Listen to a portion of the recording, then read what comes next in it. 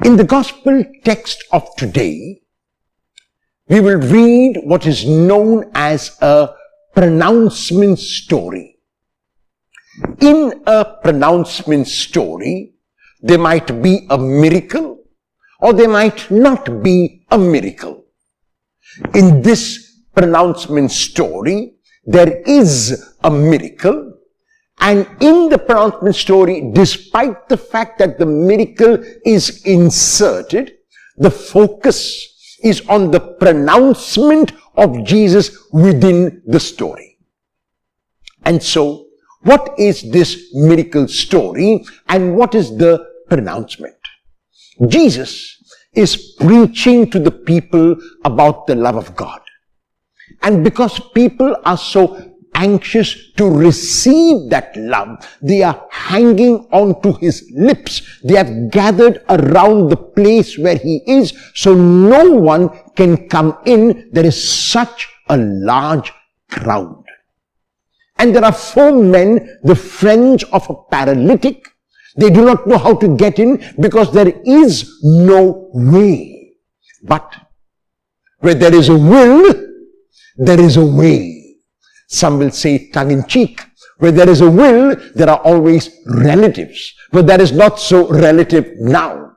What is relative now is that where there is a will, there will be a way, and these men have the will and have the faith, as we shall see in a few moments. So what do? They do not give up. They are not men who are going to give up so easily because they see the crowd, because it is an obstacle, because it is a hindrance or an impediment. They overcome that impediment by going on the roof.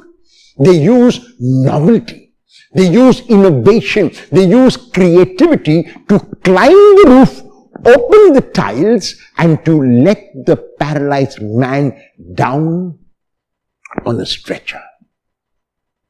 We are not really told whether the paralyzed man had faith himself, but we are clearly told that the friends of the paralytic had faith, because when we are told Jesus saw their faith, they might refer to the 4 friends and the paralytic, but surely refers to the 4 friends who let him down. And one might imagine that as soon as Jesus sees their faith, he should heal this man. He should make him whole. But Jesus does not do that. What Jesus does instead is, "My son," he says to him, "your sins are forgiven." Is the forgiveness of sin greater than the healing of the man? Is the spiritual healing greater than the physical healing? It is.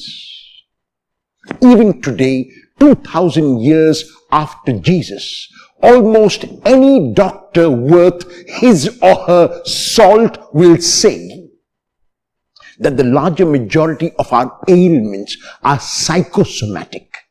And this word psychosomatic comes from 2 Greek words, psyche, which is the mind or the heart or what goes on within, and soma, the body, the external.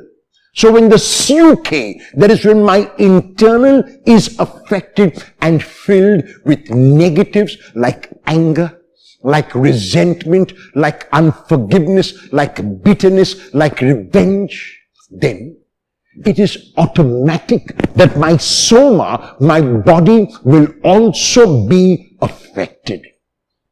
So ailments like fistula and piles and stress diabetes and hypertension and heart attacks and even to a large extent cancer could be psychosomatic, because I am harboring in my heart feelings of revenge and anger and jealousy and bitterness and unforgiveness. And that is why Jesus goes to the root of this man's problem. Not that Jesus is saying that there is a connection between sickness and sin. No, he wants to heal the man completely, and so he begins the complete healing by healing the man's heart. Because Jesus knows that if he heals the heart, the body can be healed easily. Jesus knows that if the inside of a person is clean, the external will also be clean. And that is why he tells the man, my son, your sins are forgiven. There are those who are standing around who cannot accept these words of Jesus, and they accuse Jesus of being a blasphemer because according to them, no one can forgive sins except God, which is true. But then they do not realize. They are unable to see. They have paralyzed their hearts. They have got this negativity in their hearts. They have this lack of openness in their hearts, which does not allow them to be healed, which does not allow them to see, which allows them only to be vindictive, only to be jealous, only to be negative. And Jesus is aware of that. And the pronouncement now is in these words of Jesus, namely, Jesus is the Son of Man who has authority on earth to forgive sin. And Jesus shows this authority now by telling the paralytic and issuing him 3 commands. Rise, take up your mat and walk. And the fact that Jesus does have that authority is indicated by the man rising from his paralysis, taking up the mat on which he lay, and walking out before them all. Healing is not merely external healing. As a matter of fact, if the healing takes place within, external healing becomes easier. Our God in Jesus is a God who is revealed very specifically in the gospel of today as one who forgives sins. As a matter of fact, the name Jesus means God saves.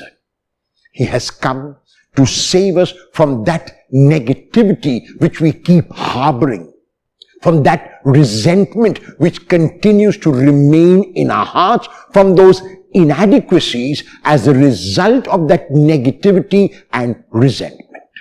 If we hear the Lord tell us, my son, my daughter, your sins are forgiven, we also, like the paralyzed man, will rise, take up our mat and walk. Will you hear the words of Jesus to ask you to forgive, to ask you to love, to ask you to remove all the negatives from your heart?